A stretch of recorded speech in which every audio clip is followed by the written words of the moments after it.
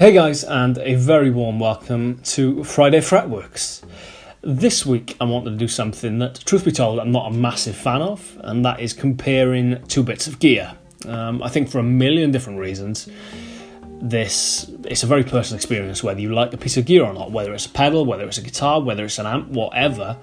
It's down to you ultimately, and if you get a chance to try something and plug it in and make what you will of it, as opposed to what someone else on YouTube makes of it, I think that's infinitely preferable to just relying entirely on videos. Like I said, I own countless pieces of gear that I probably wouldn't have bought if I'd watched a YouTube video first. You know, stuff that I've stumbled across in guitar shops or second-hand shops, whatever, that I bought on impulse, and then happened to do a little bit of research into and was not overly blown away by what I heard. So in that respect, you know, it's lucky that I didn't do my research first.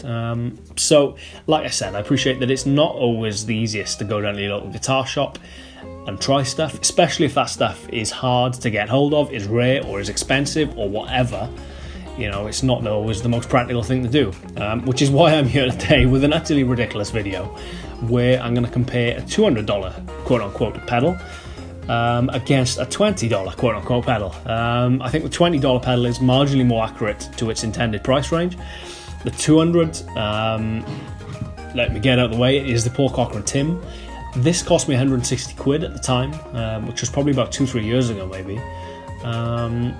But I think prices have gone through the roof a little bit since then for whatever reason. I don't think Paul C makes them anymore, so they're not the easiest to get hold of, which is invariably a great way to send the prices through the roof.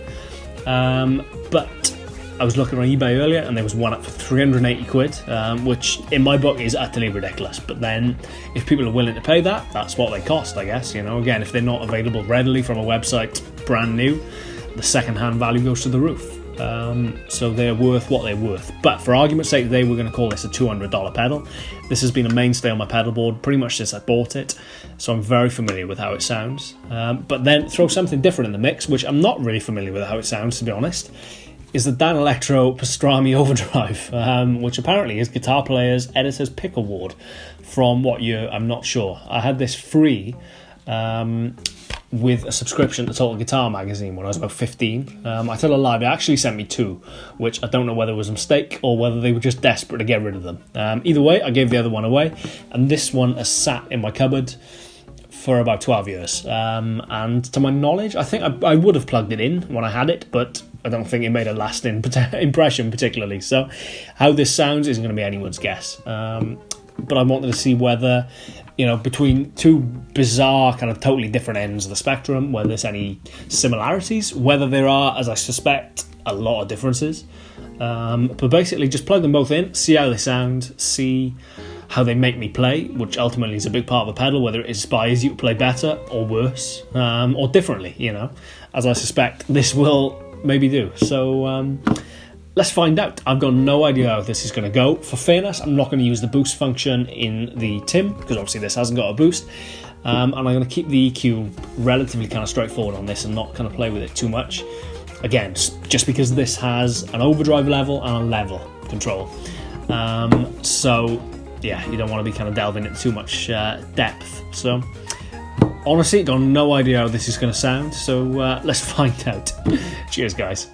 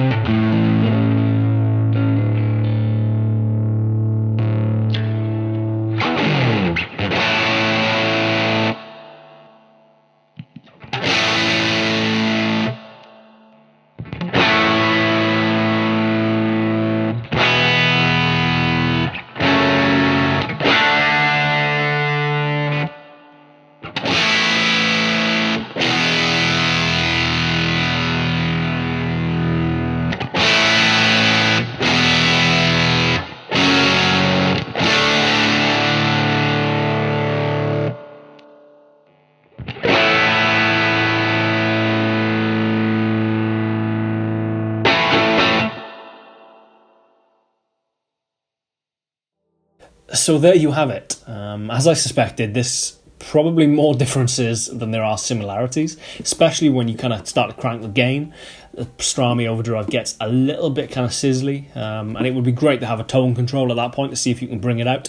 You could plug an EQ pedal in with it if you wanted to try and kind of tame that, but you know, for the purposes of what we're doing today, it's kind of demonstrated it quite nicely. It gets a little bit sizzly in higher gain settings, and just generally gets a little bit kind of not so nice.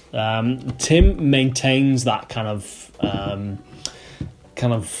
thickness, I guess, for want of a better word, that kind of girth of kind of tone through the kind of full range of the gain knob. I've used this in isolation just as the only pedal for one gig once, where I had the gain pretty much dimed and was then using the boost circuit as a kind of solo boost, and it did that beautifully. So it was a very versatile, very cool pedal. However, what did surprise me is that there wasn't, aside from a massive bass cut, which again you could probably try and rectify that with an EQ pedal, there wasn't a huge difference in lower gain when it was kind of off almost. You didn't notice too much, and then when he started to kind of bring the Pastrami in at very low gain levels, there were actually some nice sounds available, which was something that would probably fetch about a tenner at the car boot sale. It's pretty impressive. The noise floor was considerably higher on the Danelectro. I don't know whether that's come across in the video, but there was quite a lot of hum, which you didn't get with a Tim. And generally, I mean, this is made of plastic. This weighs an absolute ton and is made of, you know, what I would assume would be very high quality components. This, not so much. So in that respect, you get what you pay for. But yeah, I just wanted to see how they sounded together, to be honest. This was a bit of a self-indulgent video, but I hope someone gets something out of it. It wasn't done to bash this. As I said, there were some really cool sounds in here. If you could kind of try and bring the noise floor down a little bit at lower gain settings, you could probably get some really cool stuff out of it, which for something that has come off a production line in a quantity of about 1 million, I would imagine, in about 10 minutes, is quite impressive. So there we go. We all know Danelectro makes some great sounding gear, so it's probably not so much of a surprise as it should be that this sounded half decent. This is the overall winner, needless to say, but at the price difference that they are, and the kind of craftsmanship that has gone into each, it's hardly a surprise. So there we go. Thank you very much for watching. Please tune in next week for Friday Fretworks, and if you've made it this far into the video, please do subscribe if you haven't already. Share, like, comment, suggest some stuff that you would like to see me do. If I'm left entirely to my own devices, I will probably run out of ideas relatively soon, to be honest. So let me know what you'd like me to do. If there's anything you'd like to hear, any pieces of gear that you'd like me to try and play, all that kind of cool stuff. Follow me on Facebook, follow me on Instagram. I don't really do Twitter, I find it a pain in the arse, but I'm on there anyway, should you want to go find it. But all that kind of stuff, just hopefully see you around. So thank you very much for watching, and I shall see you next week. Cheers guys, take care.